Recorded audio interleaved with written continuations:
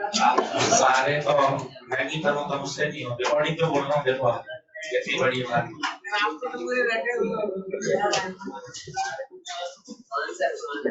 चलो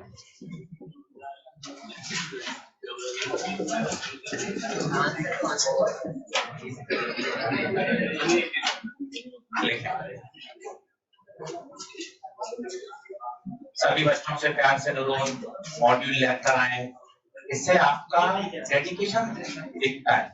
आप नहीं लाते ठीक है यार काम चल रहा है, चलो काम ही चलता है कि सर मैंने तो सारे कर लिए, मैं तो सब हो गए, तो ये हो गया, सब बेकार की बातें हैं। आप तो पहली बार 12वीं पढ़ रहे हैं, पहली बार ऑप्टिक्स पढ़ रहे हैं, मैं पिछले 20 साल से यही कर रहा हूँ, तो मुझे तो पता है नस नस। बच्चा सवाल पढ़कर जब पहला स्टेप लिखता है ना, पहला स्टेप देख के बता सकते हैं कि अंतर पहुंचेगा या नहीं पहुंचेगा, पहला स्टेप देखकर। तो उसने पहले स्टेप में क्या लिखा उससे देख के बता देंगे कि वो अंतर पहुंचेगा या नहीं पहुंचेगा। सालों साल यही काम किया ना भाई, कोई नौकरी नहीं करी। जैसे अपने पिताजी स्कूल में हो, किसी के डॉक्टर हो, किसी का व्यापार हो, दुकान हो, गवर्नमेंट टीचर हो, गवर्नमेंट नौकरी हो, तो भाई सुबह शाम नौकरी, यहाँ तो कोई नौकरी नहीं करी, दिन भर केवल एक ही काम करा, पढ़ाना पढ़ाना पढ़ाना। तो यो इतने साल से पढ़ा लिया, यो देख के पता चल जाता है कि भैया बच्चा कितना पानी में है। इसलिए मॉड्यूल लेकर आए, होमवर्क पढ़ें करें, धीरे धीरे धीरे धीरे इंटरेस्ट पैदा होगा। और कैजुअल वे में लेते रहेंगे, हाँ ठीक है यार चल रहा है, तो फिर वो चलेगा ही भाई, मजा नहीं आएगा। थोड़ा सा और सीरियसनेस दिखाएंगे। चलो 25 नंबर पे आएंगे, 25, 26, 27।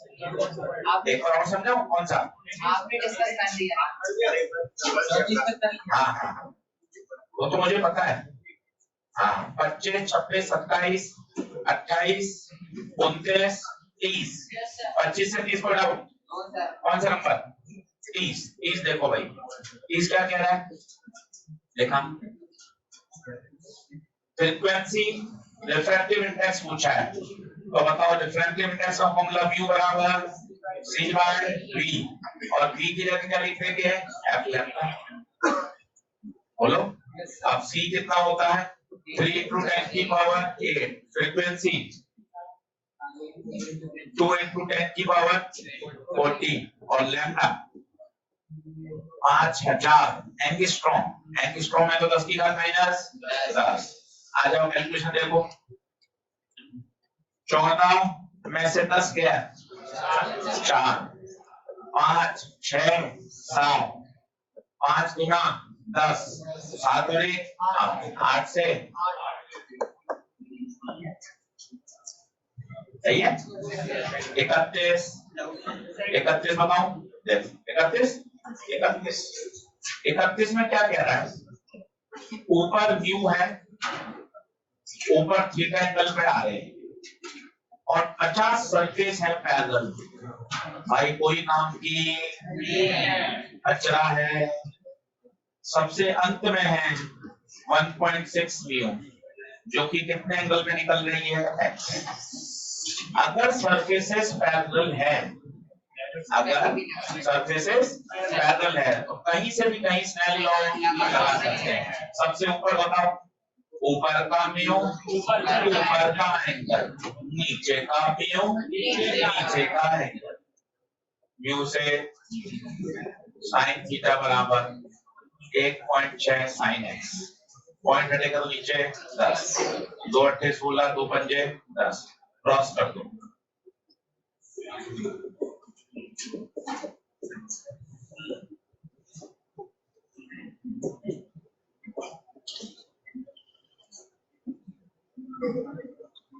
बोलो 31, 32, 32, 33, 34, 35। 35 में ये बता दीजिए कि शिफ्ट क्लास की स्लैब की तरफ ही होगा क्या, तो देखो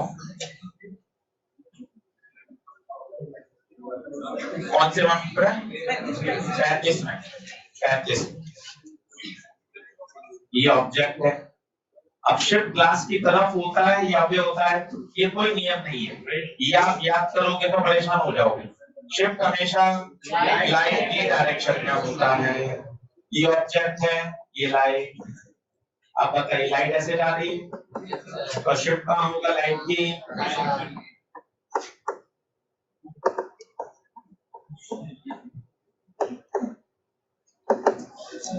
ठीक है, 35, 36, 36 बताओ क्या? 37, 37, 37 हो गया क्या? पहले अंकल अल्फा 35 कल क्लास में बताया था, वही तो है, पहली बार ही देखा है। कल बताया था गिल्सिन में स्पीड दे रखी, पहले क्या निकालना पड़ेगा? म्यू, और फिर इसको क्या बनाना पड़ेगा? ए। सही है। 25 से 37 8 लगा दो आज पूरी, और सब पे टिक लगा दो। 36 बताओ। 36 में देखें ऑब्जेक्ट कितनी दूरी पर है बताइए? 24। हवा में है क्या? चलो ये हवा में है। बोले तो चिड़िया हवा में होती है एच पर, दिखती कहाँ है? बच्चे को यार एकदम ऐसा एकदम तगड़ा, चिड़िया एच पर होती है, दिखती एच पर है, तो ये एच है, दिखेगी कहाँ? म्यू कितना है? 4/3 एच 24, 3 का पारा 8 चौक, चिड़िया एच पर है, दिखेगी कहाँ? बोलिए।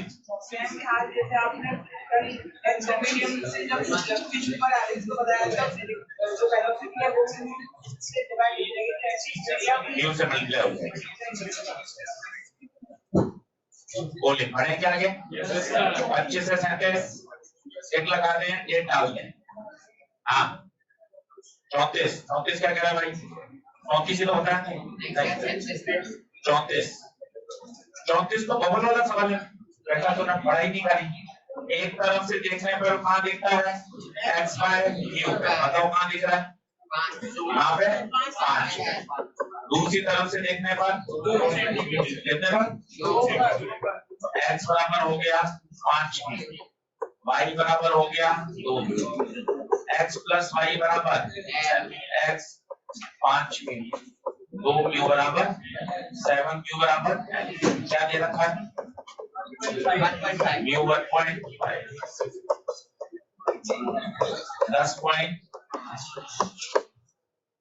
चाहिए। 34 सवाल मोस्ट इंपोर्टेंट लगा लो, भैया ने पूछा है 34 आज, बाकी किसी ने बनाया कि 34 कभी भी? बहुत बढ़िया, इंपोर्टेंट लगा लो, लगवा लिया था भैया ने आज पूछा है, बाकी किसी ने पहले किया था कि कभी? बहुत बढ़िया, इंपोर्टेंट लगा लो। हाँ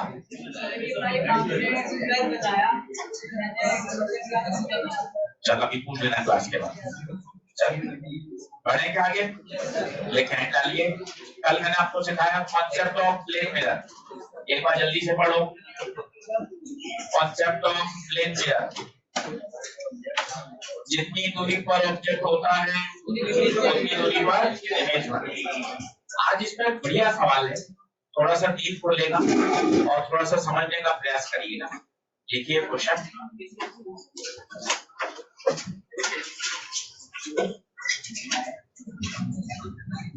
लिखें क्वेश्चन लिखें। फाइंड आउट द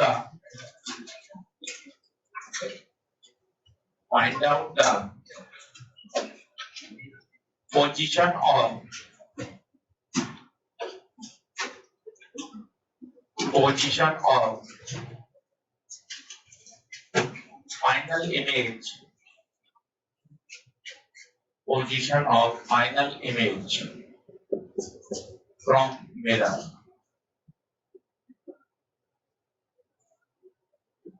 बहुत अच्छे से देखिएगा, आज कराऊंगा एक सवाल, फिर कल वापिस कराऊंगा ऐसा।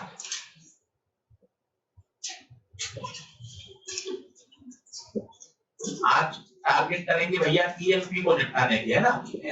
बस थोड़ा रोज पढ़ते रहो, टॉपिक अपने आप समझ में आ जाएगा। और आज एक नया टॉपिक चालू होगा, TIR, टोटल इंटरनल रिफ्लेक्शन, बहुत आसान टॉपिक, और हर साल उसमें सवाल आता है। आज ही 10 सवाल का होमवर्क मिलेगा, ऐसा बना ले। बहुत अच्छे से धीरे धीरे समझिएगा।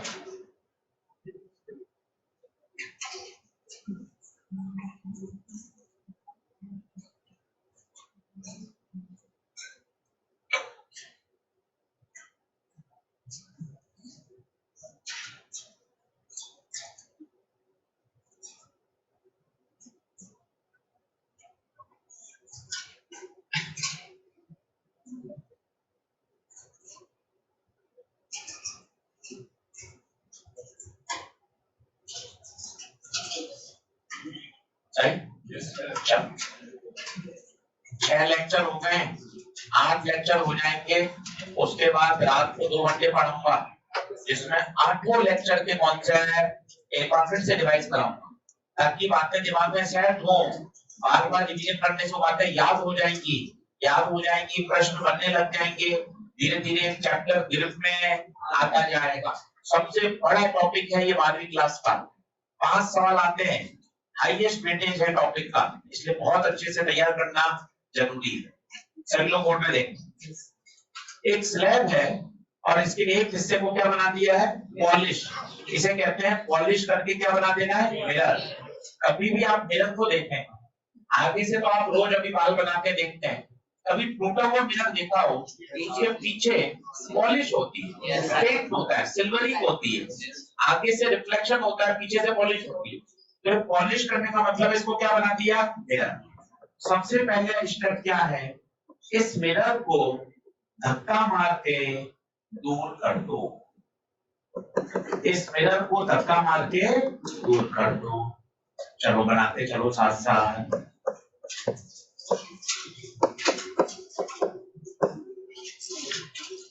मिरर को धक्का मार के दूर कर दो। अब 2 आइटम आपको दिख रहे हैं, पहला दिख रहा है स्लैब और दूसरा दिख रहा है मिरर। सबसे पहले पता लगाओ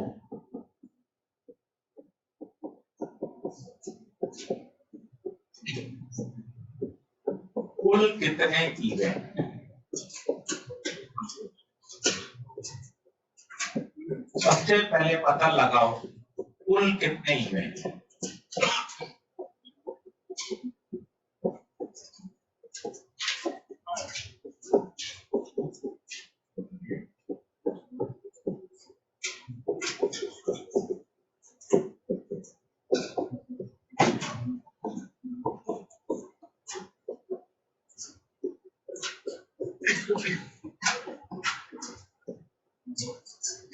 चलो सोच के बताओ सबसे पहले कितने इवेंट। सबसे पहले ये सोचो कुल कितने इवेंट होंगे, बताइए कितने। कितने, 3। लिखा हुआ देखिए तो बताना है, लिखा तो हुआ पूरा लिखा हुआ है। सबसे पहले कुल कितने इवेंट, 3। अब 3 क्यों है वो देखिए। इस स्लैब को पूरा एक चीज मानिए, इस स्लैब को पूरा, सवाल बहुत जबरदस्त है, मतलब ये दिमाग पे जोर डालेगा। ये स्लैब पूरी एक चीज है। पहले इवेंट बताइए, स्लैब से पास होना। दूसरा बताइए, मिरर से टकराना, मिरर से टकरा के लाइट लौटेगी। तीसरा, फिर से उसको स्लैब से गुजरना पड़ेगा। पहले इसमें हाँ करो, अपने देश की बात नहीं, अपने तो इसी सवाल को समझना है तगड़ा। पहला इवेंट बताइए। पहला इवेंट है स्लैब से गुजरना। क्या है, क्या स्लैब क्या करता है। स्लैब एक टोल टैक्स है, जब जब गाड़ी टोल टैक्स से गुजरेगी तब तब टैक्स देना पड़ेगा। उसी तरह स्लैब क्या कहता है, जब जब लाइट मेरे अंदर से गुजरेगी मैं तो क्या करूंगा, शिफ्ट। क्या पैदा करूंगा, इवेंट नंबर 2 बताइए, मिरर से रिफ्लेक्शन। इवेंट नंबर 3 बताइए, वापस स्लैब से रिफ्लेक्शन। क्या बात सही है। पहले इसमें कोई लड़ाई तो बताओ आराम से, तसल्ली से। कुल कितने इवेंट, पहला स्लैब से गुजरना, दूसरा मिरर से टकराना, तीसरा। अब अगला कॉन्सेप्ट सुनो जो अगले 20 दिन काम आएगा। पहले इवेंट की जो इमेज होती है वो अगले इवेंट के लिए ऑब्जेक्ट का काम करती है। वापस सुने, पहले इवेंट की इमेज अगली घटना के लिए ऑब्जेक्ट का काम करती है। अब देखते जाना। इवेंट नंबर 1 बताओ, इवेंट नंबर 1 क्या होगा? स्लैब का शिफ्ट। बताओ शिफ्ट बताओ कितना? T1 minus 1 by thickness 6 mu D/2।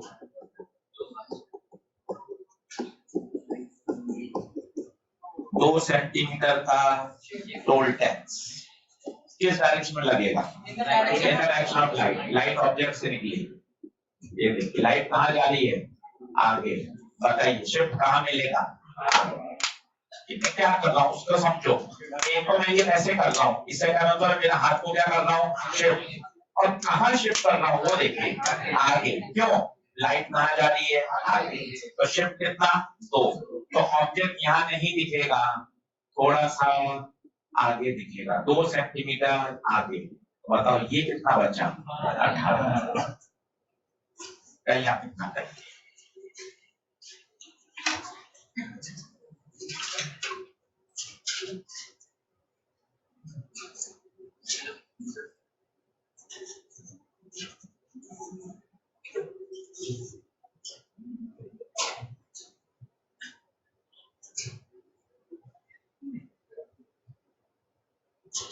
आराम से तसल्ली से लिखकर समझकर 2 बार।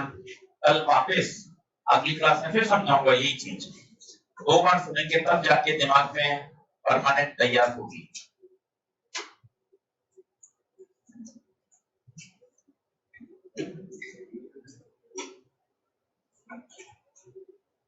पहला इवेंट स्लैब से गुजरना। बोलिए, शब्द बोलिए अपने मुंह से। स्लैब एक तरह का टोल टैक्स है। जब जब लाइट स्लैब से गुजरती है स्लैब को क्या देना पड़ता है? टैक्स। वो टैक्स किस रूप में है? शिफ्ट के रूप में। शिफ्ट कहाँ होता है?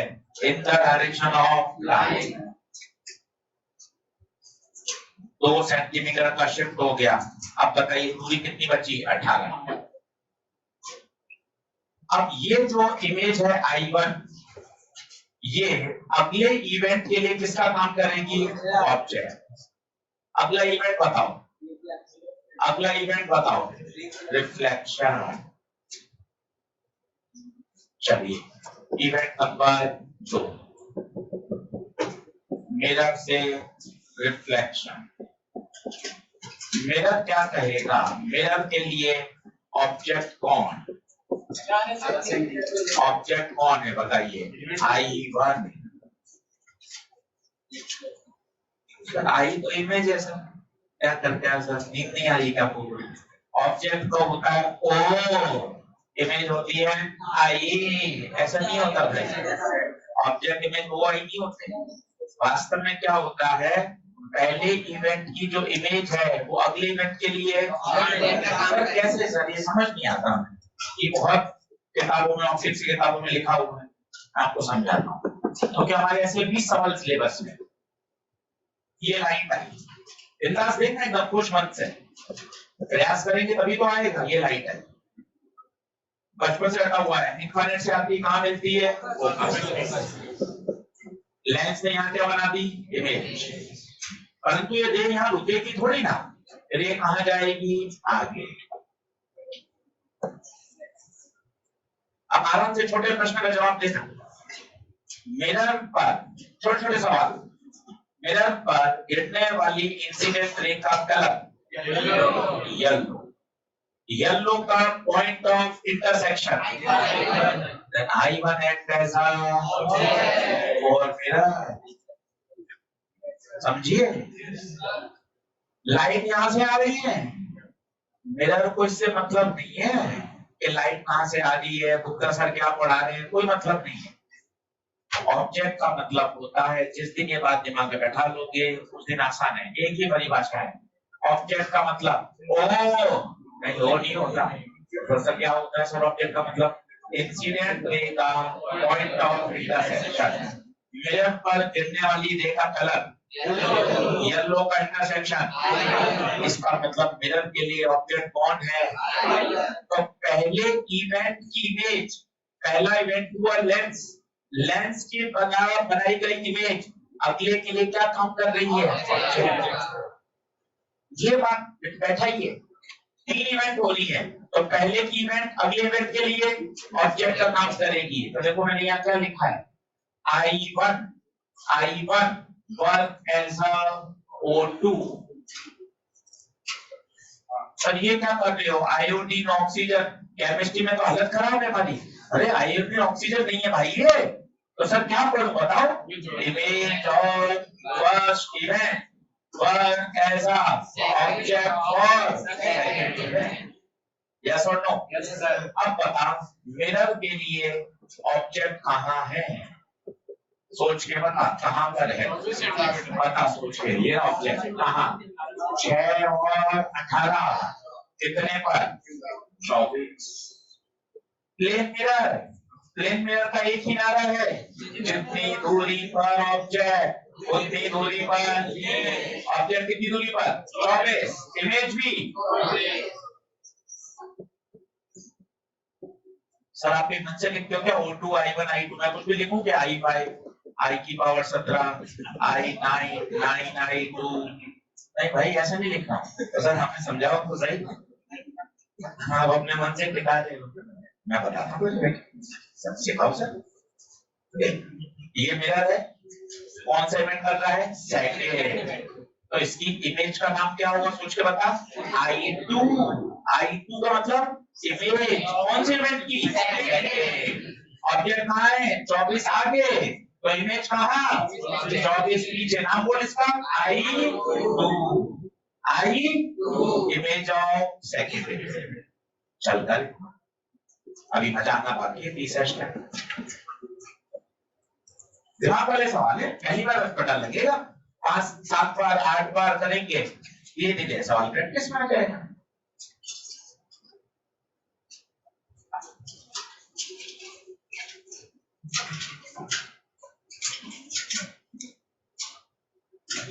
ये लाइन में लिख देता हूँ बढ़िया हिंदी में। पहले इवेंट की इमेज, पहले इवेंट की इमेज अगले इवेंट के लिए, अगले इवेंट के लिए ऑब्जेक्ट का काम करती है।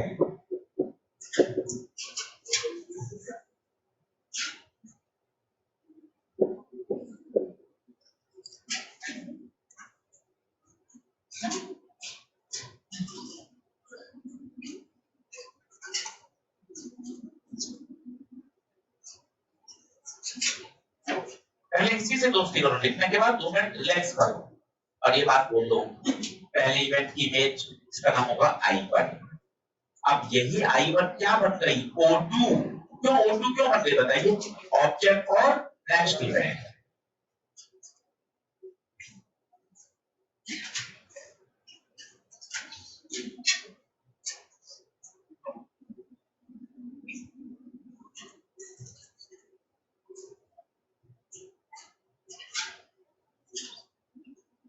हाँ जी, लेंस नहीं है यार, स्लैब है। पहले जो चल रहा है वो तो समझ, एग्जाम्पल कहाँ समझेगा?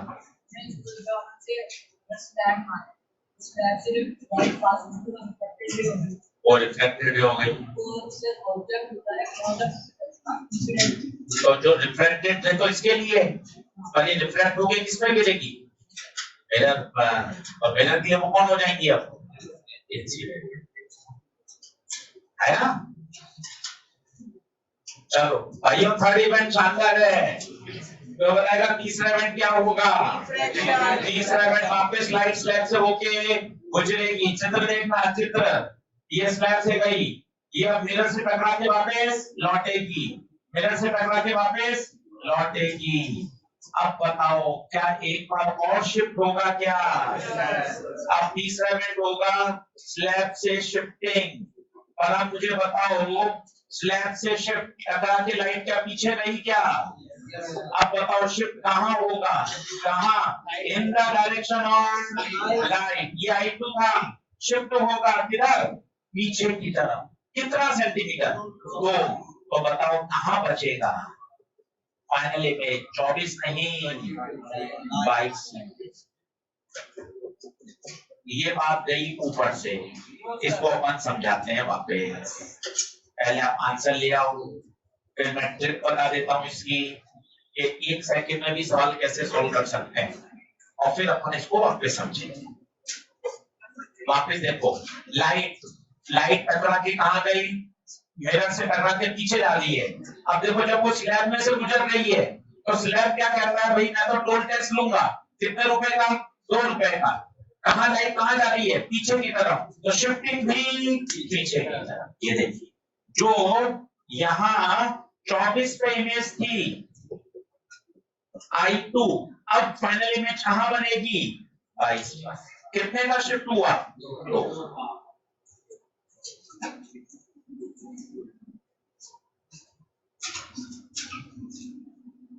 इस सवाल के लिए तो कवि ने दोहा लिखा था, ऊपर से जाना। कवि ने जब ये सवाल सॉल्व किया, कवि जो हमारे कवि थे हिंदी के, उन्होंने कवि ये सवाल करने के बाद ही तो लिखा है दोहा, ऊपर से जाना। ऊपर से जाने का मतलब कुछ भी समझ में ना आना। इस प्रश्न को करने के बाद ही वो ज्ञान प्राप्त हुआ कि ऊपर से जाना क्या होता है। अब अपन प्रयास करते हैं ताकि अपन को बात समझ में आ जाए। मेहनत करेंगे, आ जाए। चल फाइनल आंसर बता भाई। फाइनल आंसर बता भाई। 22 सेंटीमीटर।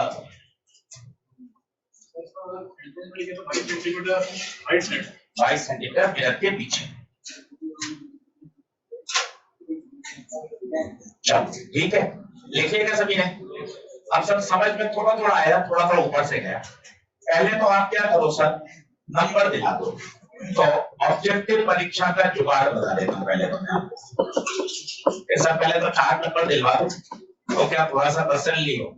फिर आप समझाते रहना, मैं बाहर घूम आऊंगा, चक्कर पर मारे आऊंगा। ये 6, ये 18। देखो मिरर से ऑब्जेक्ट कितनी दूरी पर है बताइए? 18 प्लस 6 24। 2 बार शिफ्ट घटा दो। शिफ्ट कितनी आई थी बताइए? T1 माइनस 1/2 कितनी आई थी? 2 बार घटा दो। पूछो 2 बार क्यों घटाई? क्योंकि शिफ्ट 2 बार हुआ, जाते समय और आते समय। बताओ 24 माइनस कितना बचा? 20। आंसर देखो 20 क्या आ रहा?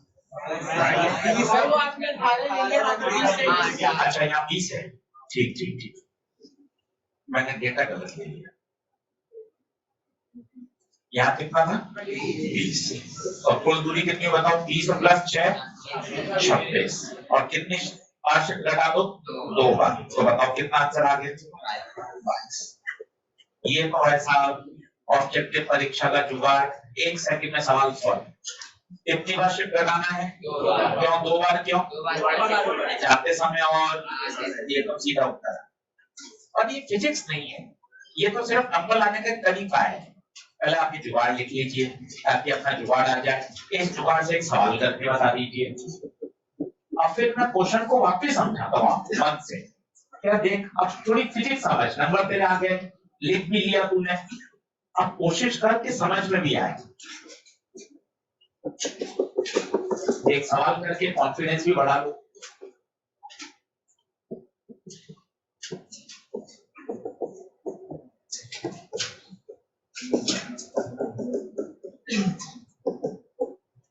थोड़ा क्या दिमाग से थोड़ा बोझ हल्का हुआ या चलो आंसर तो आया। अब अपन किस पे दिमाग लगाएंगे कि फिजिक्स भी उसकी समझ में आ जाए, वो भी आ जाए। दिक्कत क्या है? एक जल्दी से जुगाड़ से पहले सवाल कर लो।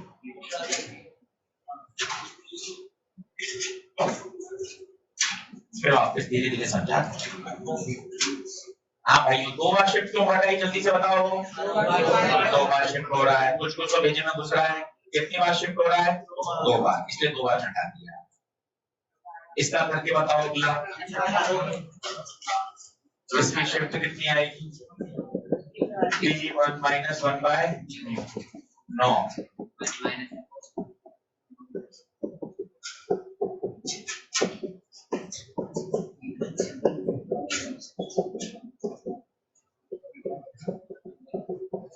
ये आ रही क्या शिफ्ट? Yes sir. चलो कुल दूरी बताओ।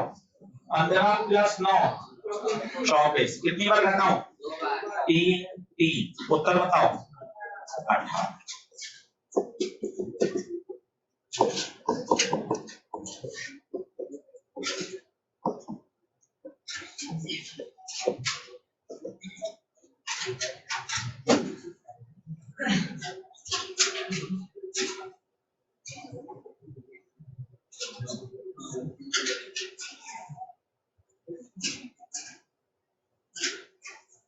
पहले तो आप मुझे जुगाड़ में कुछ डाउट पूछ लो, ठीक है? फिर मैं फिजिक्स समझाऊंगा। पहले तो मेरा टारगेट दोनों है हमारे पढ़ाते समय, फिजिक्स भी समझाना है, सरलता पूर्वक नंबर भी दिलाने हैं। पहले तो ये नंबर दिलाने का काम कर लिया मैंने। इसके को डाउट डालो तो पूछो।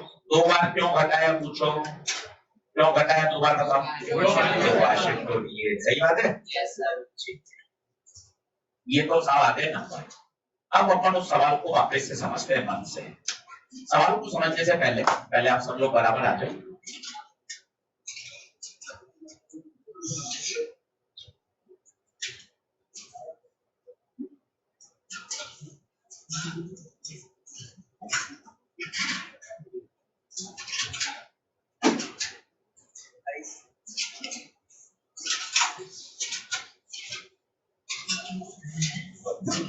हाँ ठीक है, चलो अब आराम से सीखना। और मैं एक एक बच्चे से बात करूंगा, मुझे विकास बताना, गलत आ रहा है गलत बताना, कोई टेंशन नहीं है, ठीक है?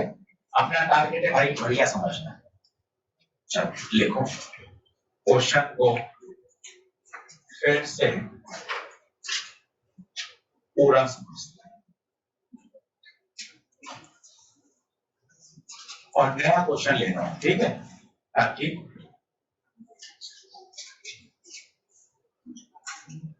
वैल्यू नहीं लेना था, ठीक है? पुरानी अपन देख देख के परेशान हुआ, नई वैल्यू नहीं।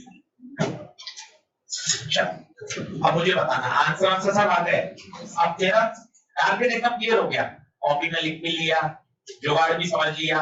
अब पूरा फोकस केवल फिजिक्स में करना है, सही बात है? दिमाग थोड़ा सा रिलैक्स हुआ, कॉपी में लिख भी लिया, जुगाड़ भी समझ लिया। अब पूरा सिर्फ टारगेट क्या है? फिजिक्स में। उससे क्या होगा? दिमाग की एक्सरसाइज होगी। सबसे पहले क्या करो, मिरर को धक्का मार के अलग कर दो। बोलो क्या बात सही है? ठीक है, एक एक स्टेप पे ओके करना, जहां फंसो वहां विकास पूछना। मिरर को धक्का मार के क्या कर दिया? अलग। शिफ्ट बता दो कितनी है इसकी?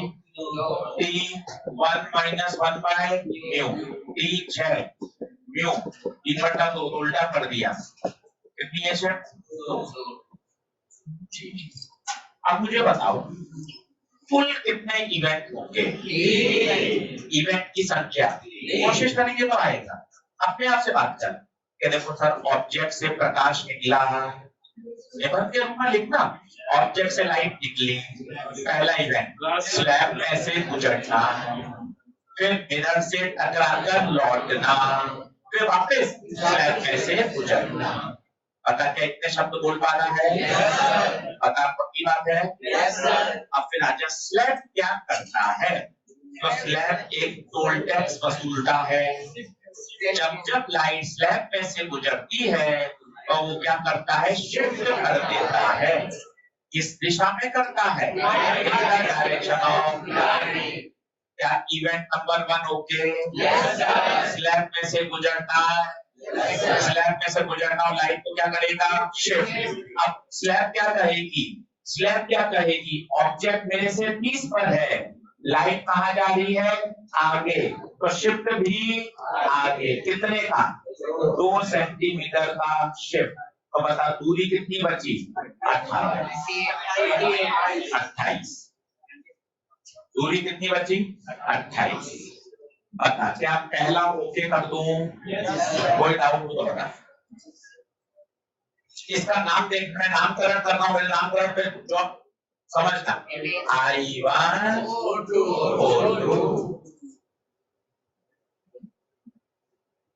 पहले इवेंट की इमेज दूसरे घटना के लिए मैं नहीं पढ़ रहा,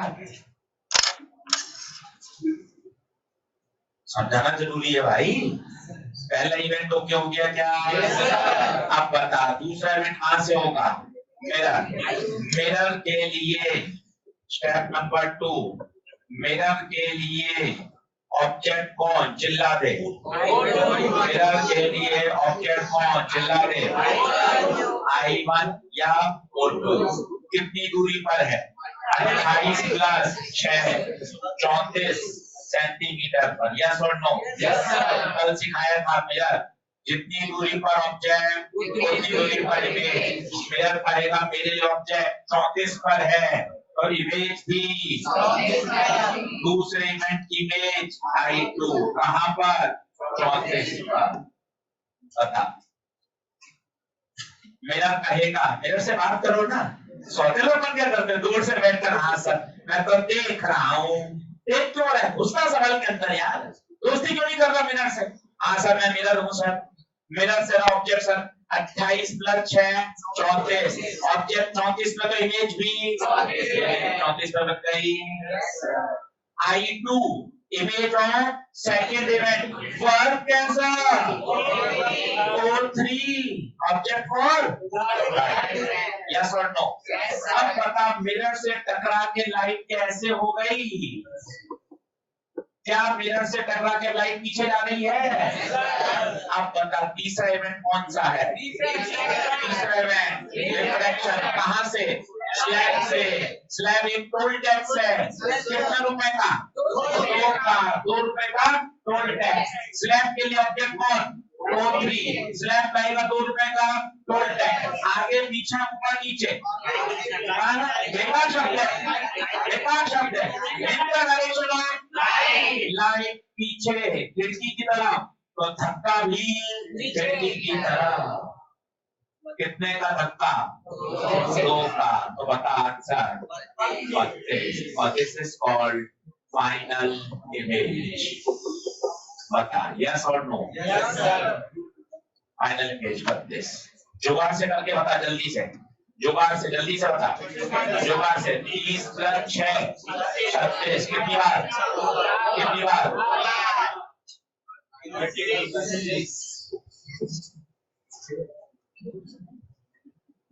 कल वापिस समझाऊंगा, फिर क्या हाल होगा बता।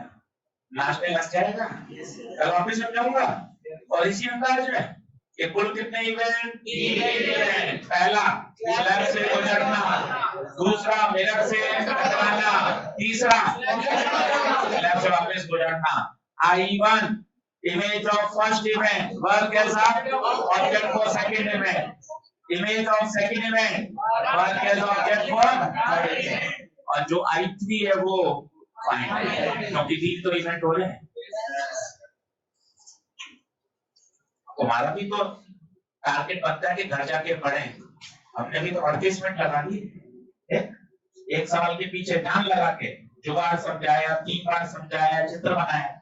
तुम्हारी भी तो इतनी ऊर्जा चाहिए कि हम भी उतने ही मन से वापस पढ़े।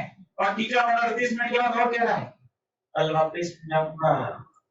और क्या चाहिए इससे ज्यादा? और क्या चाहिए? अब घर जाके फिर भी कॉपी नहीं खोलोगे तो फिर मामला गड़बड़ रहेगा ना भाई।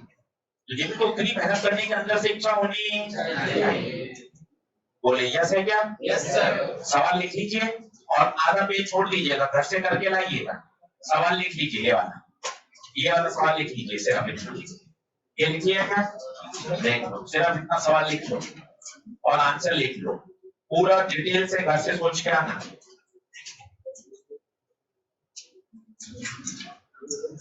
पढ़ो तभी आएगा, नहीं तो कोई नहीं आ पाएगी बात।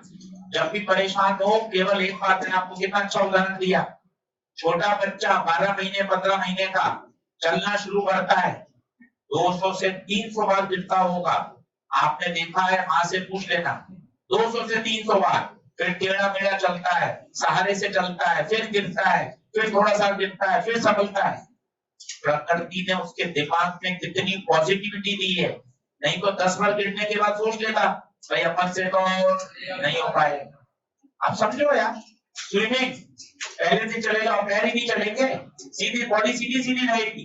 फिर वो समझाता है बॉडी को हल्का छोड़ो, फिर बॉडी ऐसे होती है, फिर हाथ चलाना सिखाते हैं, फिर पैर चलाना सिखाते हैं, तब जाके स्विमिंग आती है। सबसे अच्छा स्विमिंग पूल पे चले गए, सबसे महंगा कोच भी रख लिया, उसके बाद भी स्विमिंग करने के लिए खुद को तो पानी में उतरना ही पड़ेगा। इतने रियल एग्जाम्पल है, माँ को समझा दो, माँ के आंखों में आंसू आ जाए। बात सही कह रहा है कि बगैर पानी में उतरे तो समझ में आएगा ही नहीं। सबसे बढ़िया पूरे भारत का सबसे अच्छा स्विमिंग पूल, वहां एडमिशन करा दिया, सबसे महंगा कोच वो सामने खड़ा कर दिया, उसके बाद भी पानी में तो हाथ पे लगाने ही पड़ेगा। कितनी रियल बातें हैं। तो इससे प्रेरणा क्या मिलती है, घर जाके खेलें सब्जेक्ट के साथ, कॉपी पढ़ें, उसके बातचीत करें, सवाल लगाएं। बोलिए उत्तर सही है क्या? कोई डाउट किसी को? बोल कितने इवेंट? पहला स्लैब, दूसरा मिरर, तीसरा हाँ बोल भाई।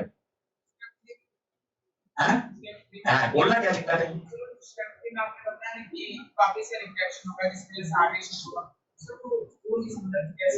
कैसे क्या होगा ये देखा,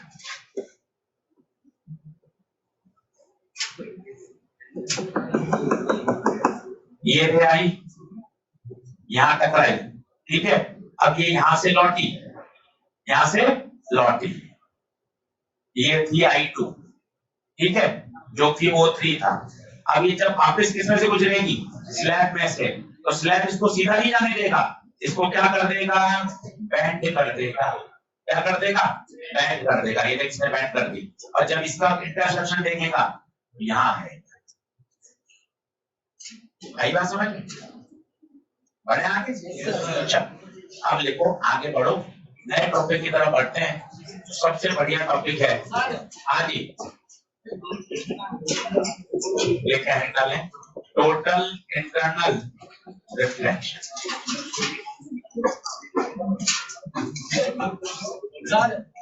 हाँ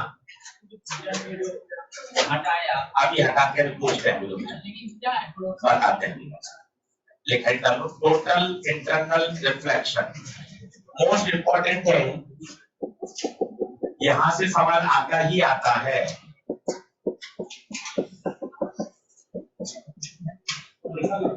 हर साल बिल्कुल बहुत इंपॉर्टेंट टॉपिक है। 2.5 लेक्चर चलता है, और मान के चलिए आपको जब 50 सवाल की प्रैक्टिस करनी है। वापिस सुनिए कितने, 50। और अभी मत से सुन लेना, पुराने इसका कोई किसी से लेना देना नहीं है, हर बच्चा कर सकता है, इतना आसान है। पहले डायग्राम बनाते फिर अपन आगे बढ़ते। चलिए डायग्राम बनाइए। पॉन्ड है, पानी भरा हुआ है, बहुत अच्छे सुनना भैया, एकदम बढ़िया और आसान है। नीचे बल्ब है, बल्ब मतलब कोई लाइट का सोर्स है, नीचे डेंसर मीडियम है, म्यू, ऊपर रेडर है, एयर।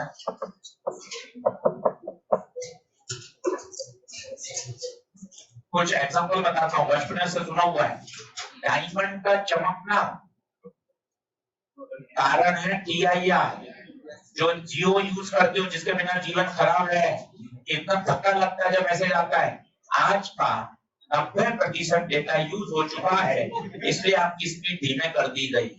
सब चीज एकदम से ऐसा लगता है आज क्या होगा, अब कैसे समय निकलेगा। तो जियो 5G 4G वो भैया सब किसकी वजह से चल रहा है, ऑप्टिकल फाइबर।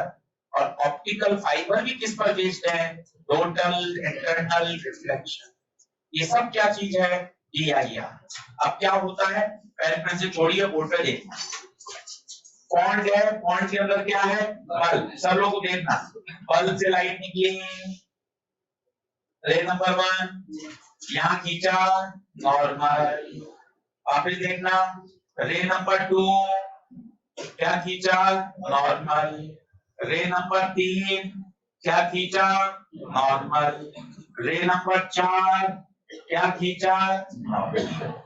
पहला प्रश्न, इन चारों रे में अंतर क्या है? एंगल का फर्क है। बहुत बढ़िया। ये एंगल कम, ये ज्यादा, ये और ज्यादा। क्या बात सही है? ठीक है। जब भी लाइट टेंसर से रेनर जाती है, अगर ये क्या होती है? Away from the normal. ये नॉर्मल से अवे, ये नॉर्मल से अवे, अवे हो रही है। ये अवे होते होते कितने डिग्री पे आ गई? 90। और इससे भी बड़ा एंगल कर दिया तो ये पूरी की पूरी लाइन वापस अंदर आ जाएगी। ये देख, टेंसर से रेनर अवे अवे, ये ऐसे हुई, और इसके बाद एंगल बढ़ाया तो लाइन पूरी की पूरी क्या आ गई? Bounce back. प्रश्न ये पैदा होता है, सर ये टीआईआर कैसे हो गया? अब सुनना, हर बार जब मैंने आपको क्लास में बताया था, किसी भी ट्रांसपेरेंट मीडियम पे दो फिनोमेना होते हैं। कौन कौन सा? रिफ्रैक्शन और कुछ रिफ्रैक्ट हुआ, कुछ रिफ्लेक्ट हुआ, कुछ रिफ्रैक्ट हुआ, कुछ रिफ्लेक्ट हुआ, कुछ रिफ्रैक्ट हुआ, कुछ रिफ्लेक्ट हुआ। अब रिफ्रैक्शन होना बंद हो गया।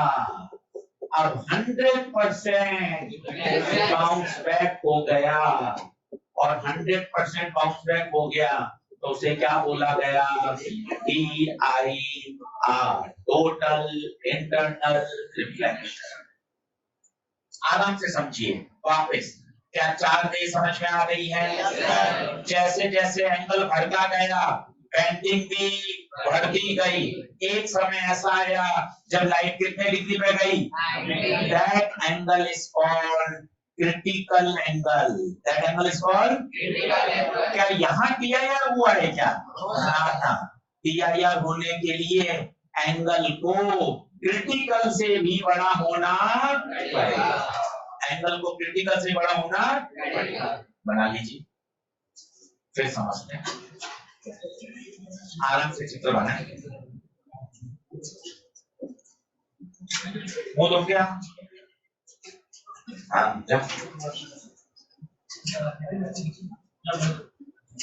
खाना खा के नींद चेहरे आती है। दो तीन मुंह तो क्या ना क्या?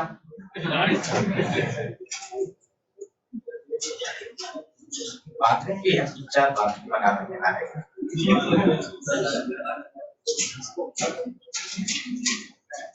बहुत अच्छे से पढ़ना भाई, बहुत आसान टॉपिक है। ये मजे आते हैं कि पढ़ने में, और सवाल बनेंगे खटाखट।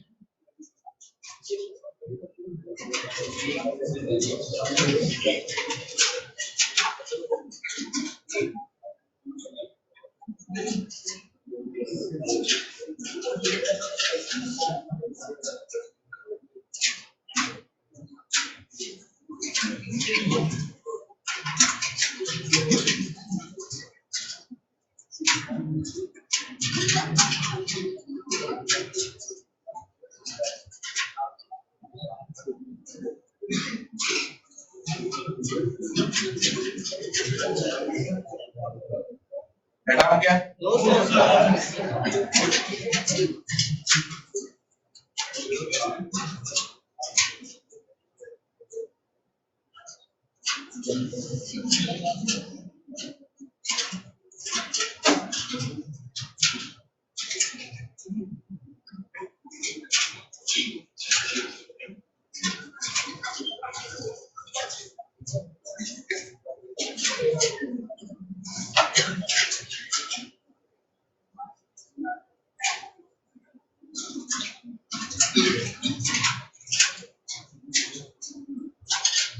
कोई बताएगा ये बेंडिंग क्यों बढ़ रही है? एंगल बढ़ रहा है तो बेंडिंग भी बढ़ रही है। एक समय ऐसा आया जो लाइट कितने डिग्री पे चली गई?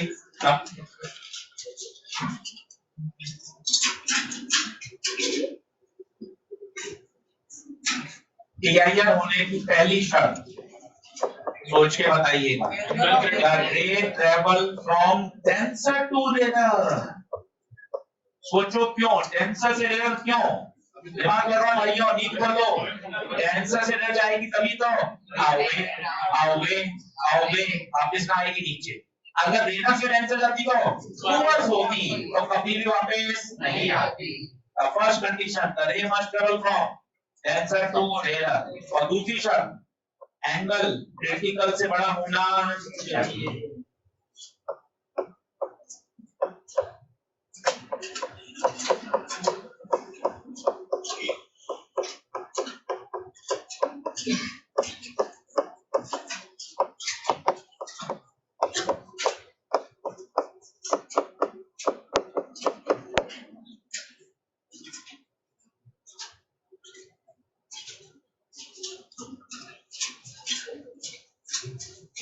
आप 10 सवाल दूंगा केवल टीआईआर पर।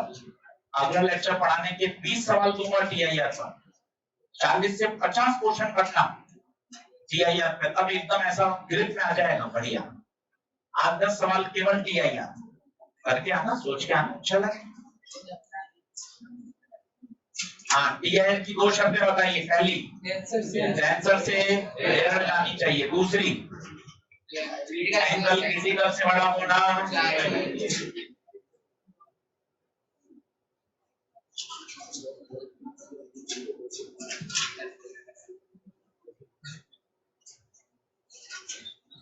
अच्छा, क्रिटिकल पे क्या होता है बता? क्या क्रिटिकल पे टीआईआर होता है क्या? देखिए, क्रिटिकल पे टीआईआर नहीं होता। क्रिटिकल पर एंगल ऑफ रिफ्रैक्शन 90। 5 बार सुन लो, हर बच्चा सुन ले। क्लास वाले भैया से बोलता हूँ, हाँ भैया सुनना, क्रिटिकल पर क्या होता है? एंगल ऑफ रिफ्रैक्शन 90 डिग्री होता है। अब तुझे जवाब देना है, क्रिटिकल पर क्या होता है? देखो लास्ट में बैठा है वो भी बता पा रहा है और पूछते हैं वो चटा ले भैया, क्रिटिकल पर क्या होता है? क्रिटिकल पर क्या होता है? Angle of reflection 90 degree. देखो बच्चा बता पा रहा है। टॉपिक बहुत आसान है, कहीं कोई दिक्कत वाली बात नहीं है। इससे पूछते हैं क्रिटिकल में क्या होता है? फर्स्ट बेंच पे बैठा है तो भी बता पा रहा है क्रिटिकल पर क्या होता है? एंगल ऑफ रिफ्लेक्शन 90 डिग्री होता है। बोलो क्या बात सही है क्या? लिखा है definition, critical angle, critical angle,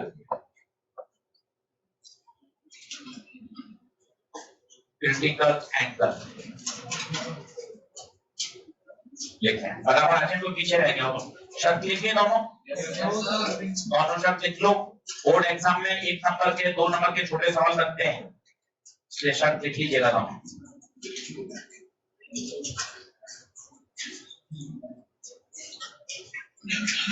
देखिए क्रिटिकल एंगल की definition, the angle of incidence, the angle of incidence for which angle of refraction, for which angle of refraction becomes 90 degree,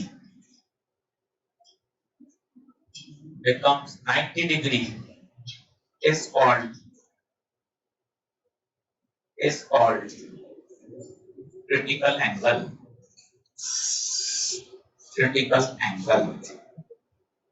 and it is denoted by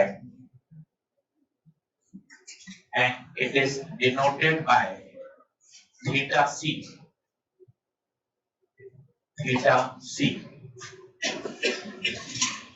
सब इसका formula निकाल लो। बार बोलूंगा 25 बार, theta सी पर आओगे कितने पे लाओगे? 90। अच्छे से कर लीजिए। लाइट टेंसर से आनी चाहिए, हमेशा टेंसर से लाइट आएगी, हमेशा। बहुत अच्छे से जमा के करिए। टॉपिक आसान, नंबर आने वाला टॉपिक है टीआईआर, इसलिए बहुत अच्छे से करिए। बार बोलिए, थीटा सी पर आएंगे तो कितने डिग्री पे जाएंगे? 90 डिग्री पर। चलो स्नेल लॉ जिंदाबाद, चिल्लाओ। नीचे का म्यू, नीचे का साइन, ऊपर का म्यू, ऊपर का sign.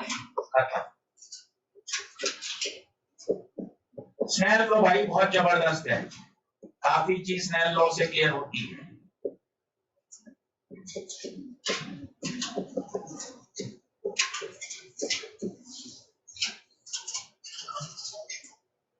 sin theta c, mu2 by mu1.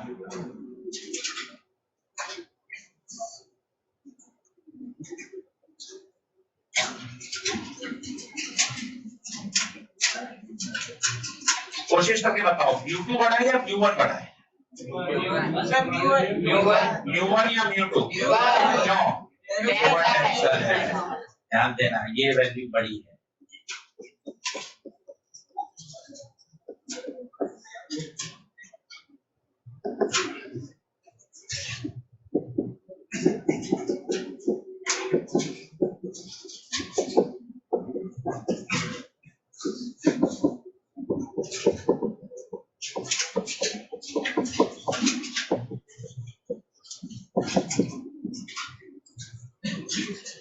कभी कभार क्वेश्चन में म्यू गिवन नहीं होता, वेलोसिटी गिवन होती है, तो बताओ क्या कर सकते हैं? याद है म्यू बराबर c बाय v, तो म्यू1 c बाय v1, म्यू2 c बाय v2, तो फॉर्मूले में म्यू2 म्यू1 के लिए रख दीजिए।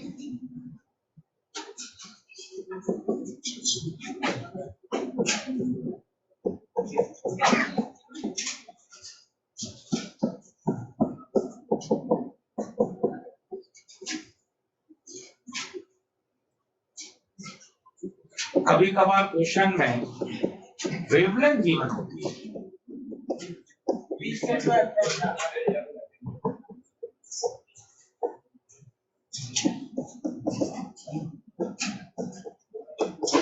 पहले बराबर आ जाए। अच्छा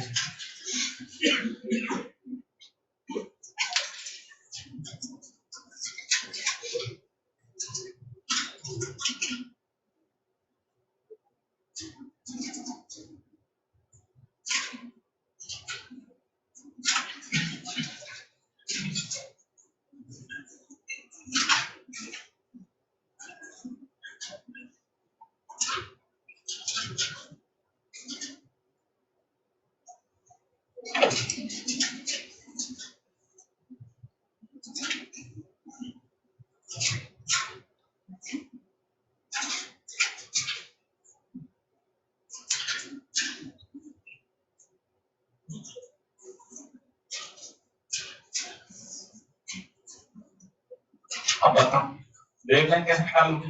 v बराबर f लैम्डा, तो v1 f लैम्डा 1, f पर 1 नहीं आएगा, पूछो क्यों? f तो सेम रहता है, f पर 2 नहीं आएगा।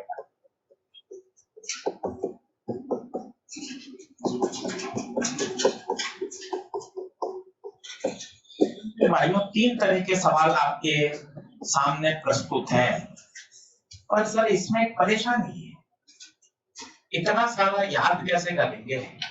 आप देखो एक जैसा हो तो मैं याद भी कर लेता, यहाँ है mu2 बाय mu1 है, जबकि यहाँ क्या होगी v1 बाय v2, उल्टा होगी।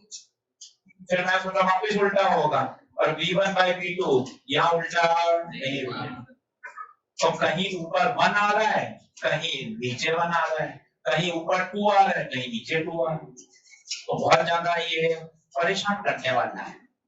अब इसका मैं आपको एक सरल रास्ता सिखाता हूँ कि बिना फॉर्मूले याद किए सवाल कैसे किया जा सकता है।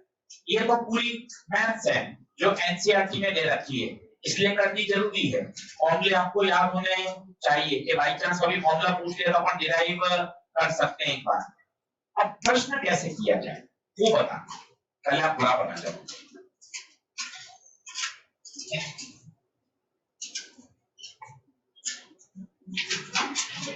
बेटा हो गया?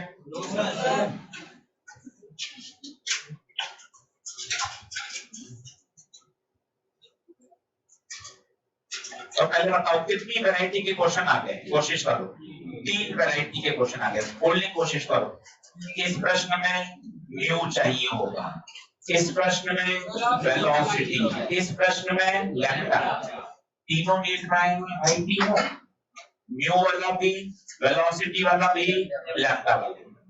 अब आप कह रहे हो कि आपके पास कोई आसान तरीका है, वो आसान तरीका मैं आपको बताता हूँ, आपको मजा आए। उसके लिए मैथ्स का कॉन्सेप्ट सीखिए। साइन थीटा की वैल्यू कभी भी 1 से बड़ी नहीं होगी। ये मैथ्स का कॉन्सेप्ट है, पर हमने होशियारी से इसको वहां यूज कर लिया। देखना कैसे, कभी भी 1 से बड़ी। इसका फायदा ये है कि डिनोमिनेटर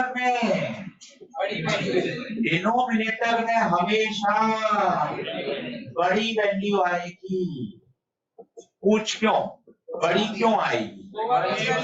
सोचो, अगर छोटी वैल्यू नीचे आ गई, उदाहरण के तौर पर मैं तुझसे पूछूं साइन थीटा 5/4 पॉसिबल है क्या? चिल्ला दे, नहीं पॉसिबल है। पूछ क्यों? क्योंकि ये हो गया 1.25, 1 से बड़ा। साइन हमेशा 1 से छोटा ही होता है, हमेशा। इसलिए हमेशा बड़ी वैल्यू कहाँ दिखेगी? हमेशा। और इससे फायदा क्या है? 3 क्वेश्चन देखना बैक टू बैक। पहला कराता हूं नीट 2019 का। उसने 2 वेलोसिटी दे, आराम से बोर्ड पे देखना।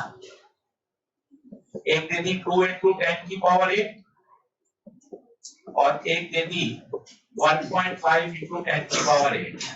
2 अलग अलग मीडियम है। इस मीडियम में वेलोसिटी गिवन है, इस मीडियम में। अब एकदम अलर्ट हो जाओ, आंखें खोलो, 4 नंबर आने वाले हैं। फॉर्मूला नहीं रखना, v1/v2 होगा या v2/v1। व्यर्थ भी लोगे तो भी उल्टोगे। कहीं भाई ने v1 v2 लिखा ही नहीं है। अब जुगाड़ बताओ, जुगाड़। बढ़िया, एकदम मैथ्स का एब्सोल्यूट तरीका। बड़ी वैल्यू हमेशा बता, बड़ा कौन? 1.5 या 2? बता, क्या लॉजिक तो समझ में आ रहा है? तू बड़ा क्यों? क्यों? क्योंकि बड़ा नीचे होगा तभी तो साइन की वैल्यू 1 से। बाकी फॉर्मूले तो अपने पास है ही। 1.5/2, 1.5 को 3/3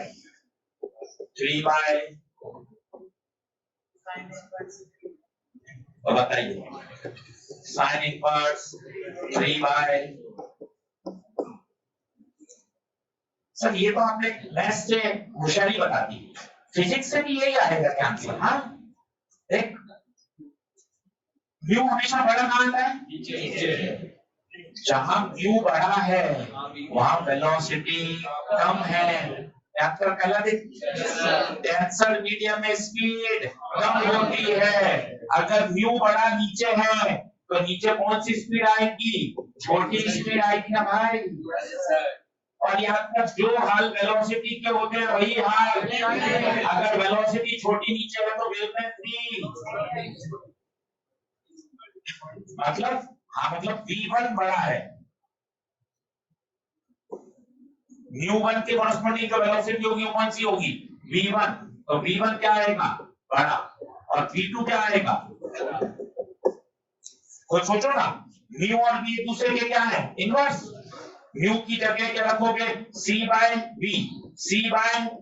v घूम के कहां जाएगा? v1/।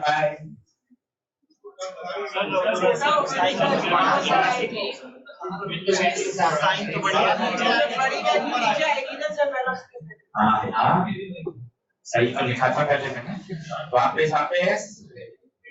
बात समझ गए? म्यू बड़ा है, म्यू बड़े का मतलब टेंसर, टेंसर मतलब वहां पे स्पीड, स्पीड हमेशा हमेशा कौन सी वैल्यू नीचे आएगी? बड़ी। क्यों बड़ी, क्यों नीचे आएगी बताइए? क्योंकि साइन की वैल्यू हमेशा 1 से। और देख, और समझा तो 2-3 सवाल देखें फिर नोट करना अच्छे से खुद से। Lambda 6000, lambda 3000। अब मैं आपसे पूछता हूँ क्रिटिकल एंगल बताओ, कर सकते हो? बोलो बोलो।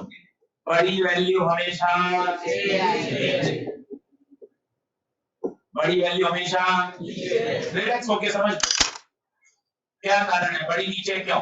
2 कारण है, 2 कारण। पहला, साइन की वैल्यू 1 से छोटी होनी चाहिए, ये तो मैथ्स का कारण है। फिजिक्स का कारण बताइए। फिजिक्स का कारण, लाइट कहां से कहां जाती है? डेंसर से। तो डेंसर हमेशा एलिवेशन में, देखो डेंसर कहां आया था? कहां आया था? नीचे। और बड़ी वैल्यू हमेशा कहां आई? यस और नो? खत्म। अब बताओ कौन सी वैल्यू नीचे आएगी? 6,000। ऊपर बताओ कितना? 1/2। 1/2 कब? 30। एक और करके देखिए, खूब सवाल है, भरे पड़े पुराने मॉड्यूल में, पुराने नीट के। और देखना 3/2 और 4/3। अब बताओ क्रिटिकल एंगल। अब सब कैसे पता लगाना है, बड़ा कौन है? डिवाइड करके देख ले। 3/2 होता है 1.5 और 4/3 होता है 1.33। बता बड़ा कौन? 1.5 या 1.33? तो बड़ा हमेशा 2 ऊपर जाएगा। 8/9 साइन इनवर्स।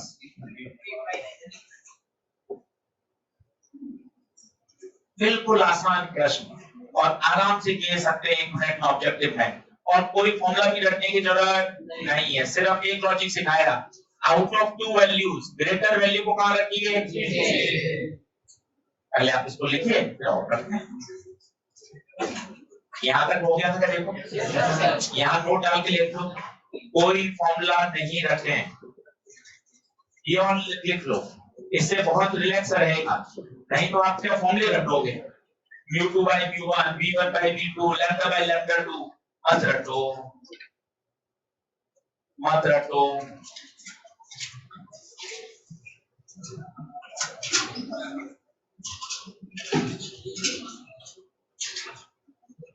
पक्का? चल अब मैं तुझे वापस सिखाता हूँ जो थोड़ा सा अपन नहीं सोच पा रहे। चलो ध्यान दो, फिजिक्स की थोड़ी सी चर्चा करो तो मजा है। फॉर्मूला आपने ले पढ़ा, स्नेल लॉ लगा के देख लो।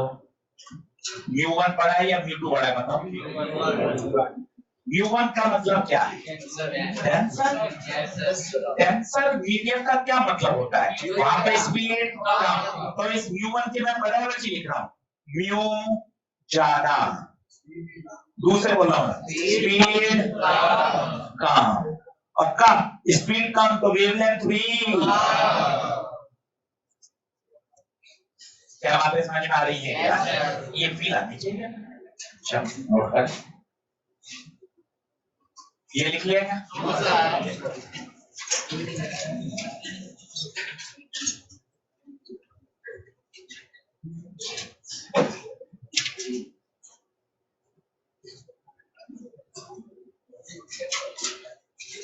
साइन और कॉस की वैल्यू कभी भी 1 से बड़ी नहीं होती।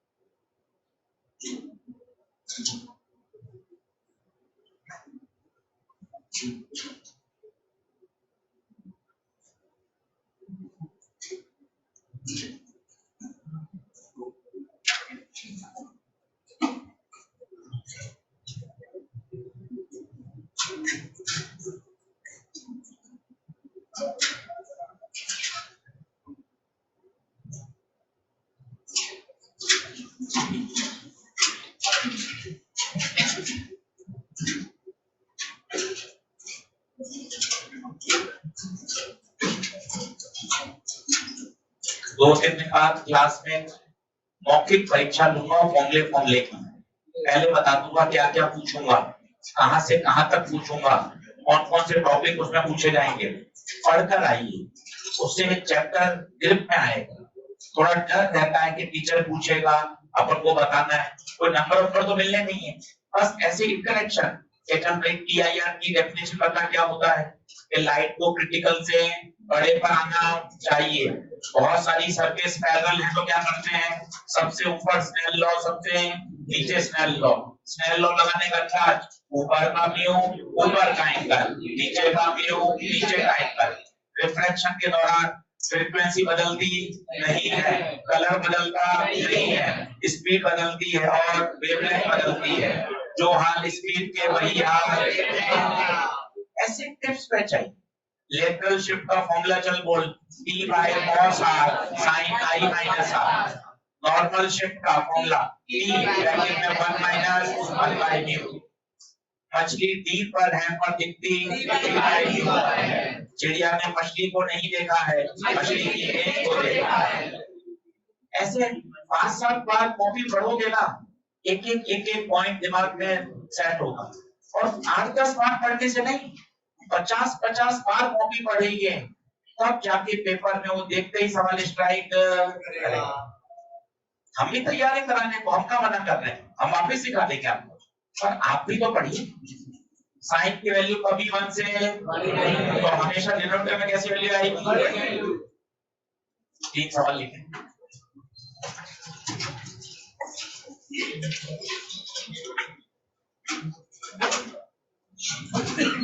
एक सवाल लिखें।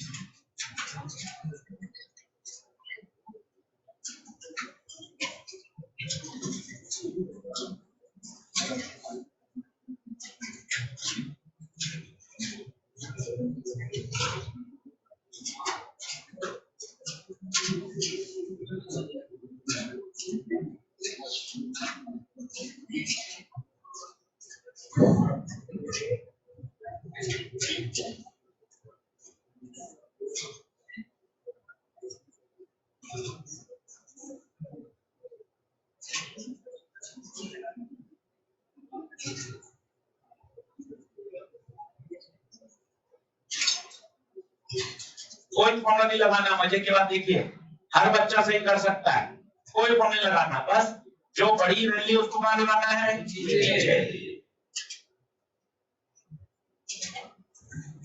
अब इसी में थोड़ा सा कठिन सवाल बनाता हूं, तो फिर बढ़ते हैं।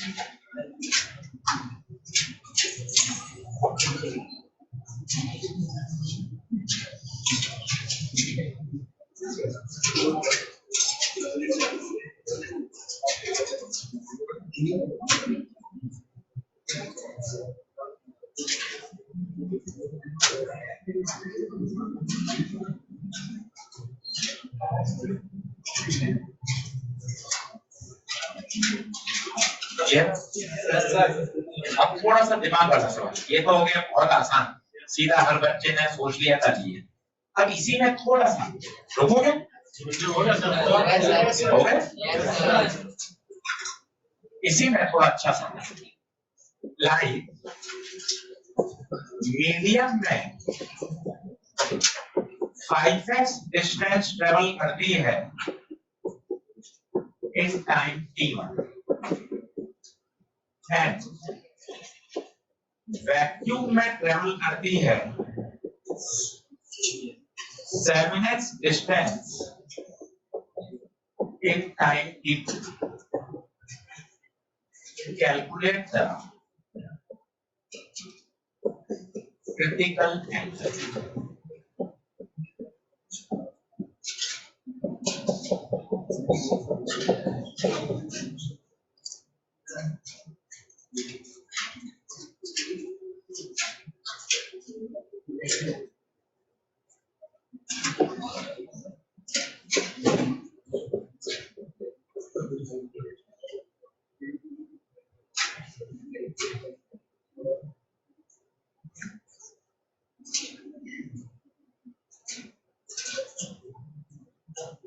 अब आपने देखा हो कि अपन को 3 चीज चाहिए होती थी, या तो स्पीड मिल जाए, या लैम्डा मिल जाए, या म्यू मिल जाए।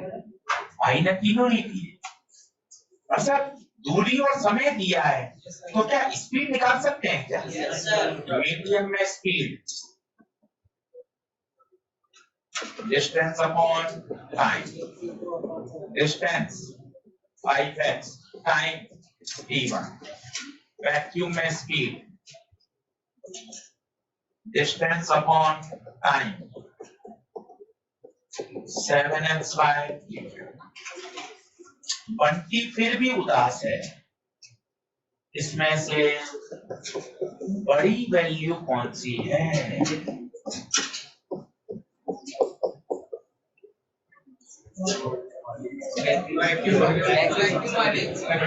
आपको इस तरह 7x है ना, ऐसे कंपेयर नहीं कर सकते क्योंकि नीचे दोनों में अलग अलग है। अब बड़ा कौन है? अब आपको पहला लेक्चर याद होना चाहिए, वैक्यूम में स्पीड सबसे। ये लाइन बचा पाएगी, नहीं तो बंटी परेशान है। बंटी कह रहा है अभी तक आपने जो दिया था 3000 5000 पता लग गया था बड़ा कौन है। इसमें बड़ा कैसे पता लगाऊंगा? पता कैसे चलेगा बड़ा? कौन सा सेंटेंस काम आएगा बताओ? वैक्यूम में स्पीड सबसे ज्यादा होती है। अब बता बड़ी वैल्यू कौन सी? ये इस सवाल का पंच है। नीट 2023 में है सवाल, 2023 का सवाल है। अब बच्चा परेशान है, इसमें बड़ा कौन? हल्का सा उसने दिमाग लगा दिया, वैक्यूम दे दिया, वैक्यूम दे दिया, तो वैक्यूम में स्पीड सबसे ज्यादा होती है।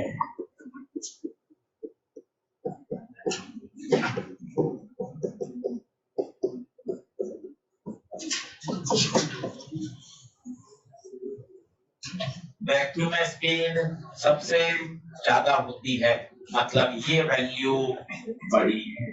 और बड़ी कहाँ आएगी? हमेशा। बहुत बढ़िया सवाल है। 2 मिनट रुक जाता हूँ, कुछ आपको डाउट आ रहा हो तो पूछो।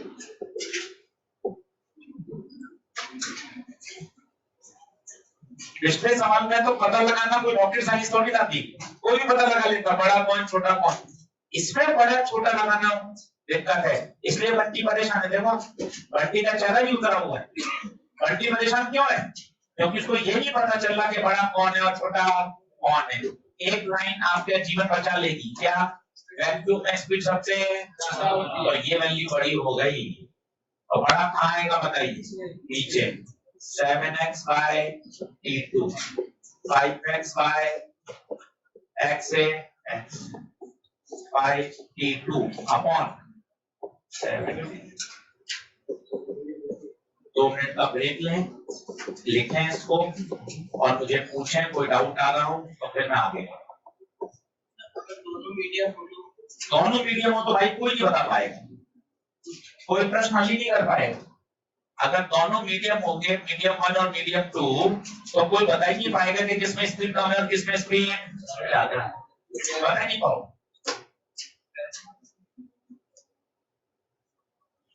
क्योंकि दोनों में टाइम अलग अलग है। अगर टाइम दोनों में सेम कर देता तो फिर पता लग जाता।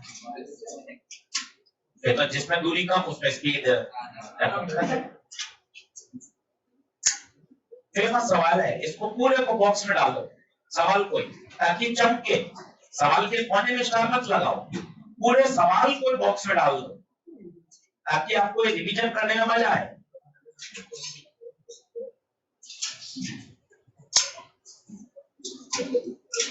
एक मिनट का ब्रेक लो, पानी वानी पियो, चारों सवाल को देखो। आज घर जाके मैं 10 सवाल करूंगा और बड़ा खुश होऊंगा 10 सवाल करके। फिजिक्स के 10 सवाल हो गए एक साथ, अच्छा लगेगा। ऐसे ही धीरे धीरे पढ़ लेते हैं, तैयारियां हो जाती हैं।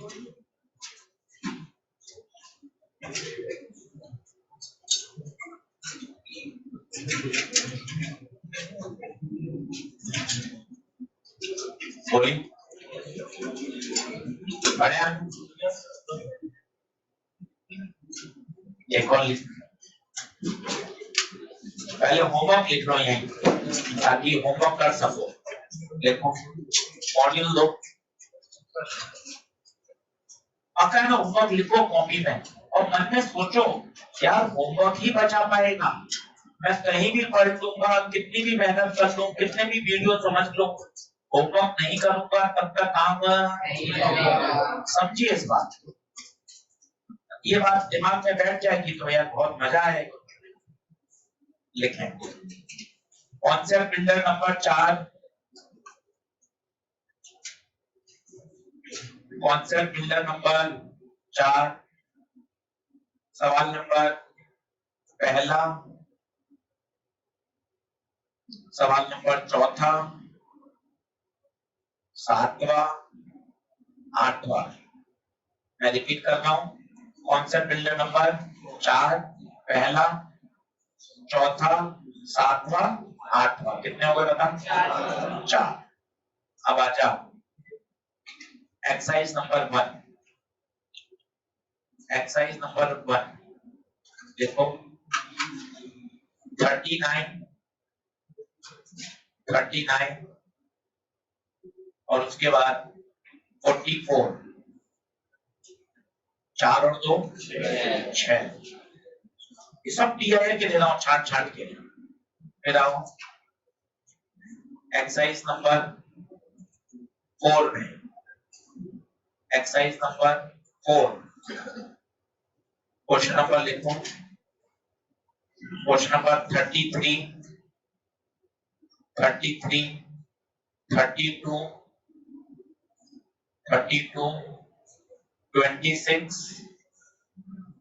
26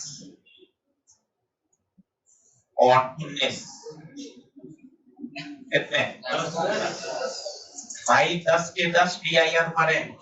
मुश्किल से 15 मिनट लगेंगे, मुश्किल से, पर तू 10 सवाल करेगा तेरा आत्मविश्वास बढ़ेगा। अब ये लेक्चर मिलेंगे फिर 20 सवाल मिलेंगे, धीरे धीरे से टीआईआर पे मजबूती आ जाए। अब कॉपी नहीं खोलोगे तो दिक्कत हो जाएगी, सही बात। चलो आज का लास्ट क्वेश्चन लिखो, आज का लास्ट क्वेश्चन लिखो। Calculate the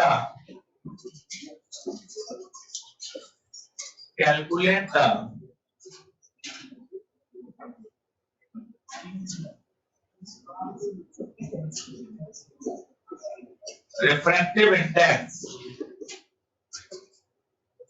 of the prism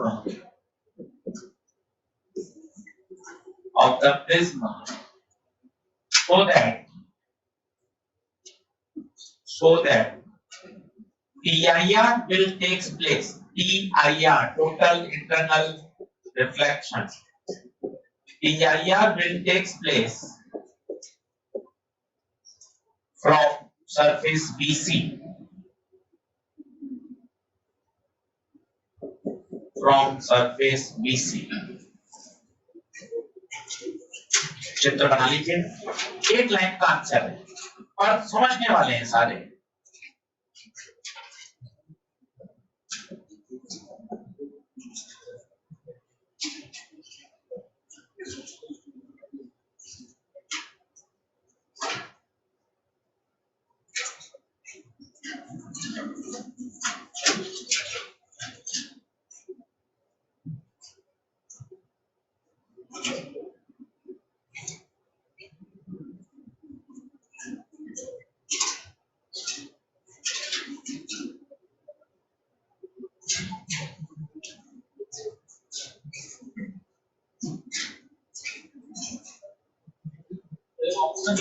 हाँ ये ऑप्शन है।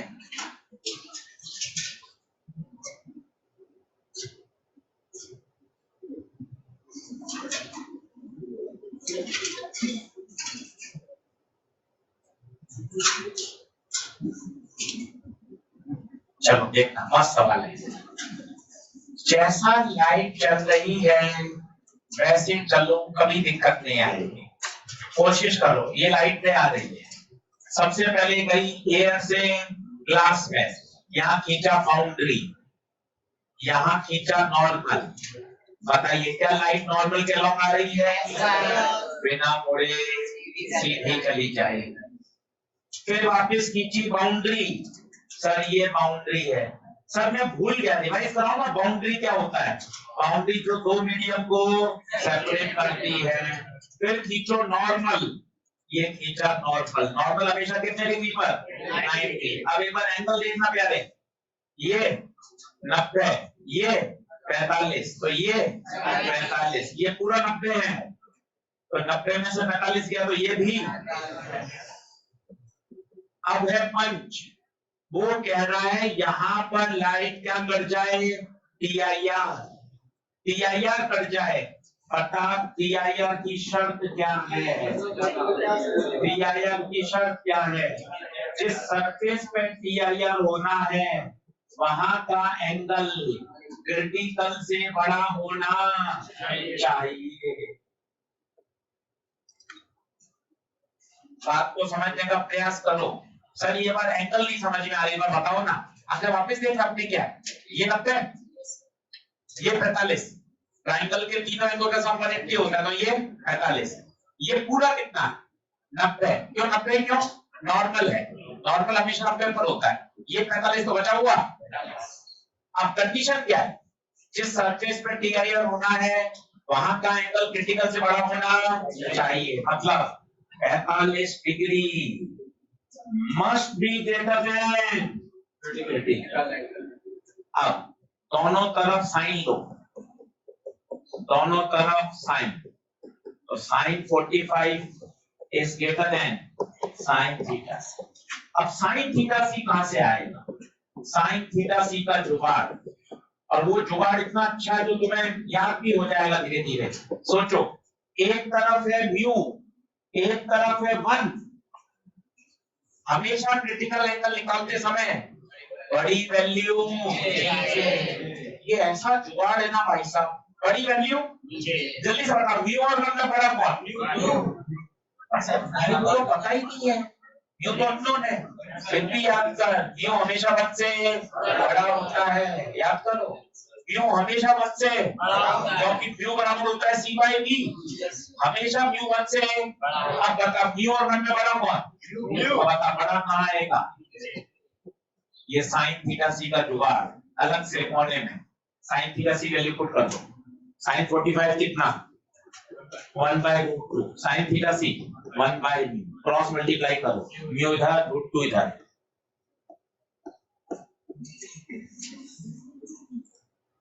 दो स्टेप का सवाल है, जेई में आया हुआ है और बहुत आसान। ऐसे 5 सवाल और कराऊंगा अगले लेक्चर में, धीरे धीरे दिमाग में बैठने लग जाएगा। कोने में ये जरूर लिखो, साइन थीटा सी का जुगाड़। तो बताएगा 1/2 कैसे आया? बताओ कैसे आया 1/2? दो रिफ्रैक्टिव इंडेक्स है, तो बड़ा वाला कहाँ? 1 और म्यू में बड़ा कौन? म्यू। कैसे पता चला म्यू बड़ा? म्यू की वैल्यू सदैव 1 से बड़ी। हाँ स्टेप से करेंगे तो यही है। बोलिए आंसर सही है क्या? आज TIR का इंट्रोडक्शन दिया है, आज ही 10 सवाल दिए। एक बार खुद की भी तो परीक्षा लिया करो। आज सर ने घंटा पढ़ाया, मेरे 10 में से कितने सवाल बनते हैं पता तो चले। 5-6 बन जाए इसका मतलब मैं क्लास में आधा मेरा सही चलता है। 1 या 2 बने, मुझे थोड़ी सी मेहनत को बढ़ाना है। 7-8 बन जाए बल्ले बल्ले, सर थोड़ी ना पढ़ाने में खुद पढ़ना। ऐसे सोचिए, सवाल कम बने मास्टर पर्ची है, सवाल अच्छे बने लग जाए होशियार हो सर, आप तो सबको पढ़ाते हो। तो हमेशा पॉजिटिव रहना है। ज्यादा सवाल बन जाए सर मैं पढ़ाई करता हूँ सर, कम बने मास्टर पर्ची है। अपने ऊपर कभी नहीं लेना, सब सीधा किसके ऊपर? टीचर। सही बात। धन्यवाद, कल मिलेंगे, आगे बढ़ेंगे। होमवर्क दे दिया 10 या 10? Thank you.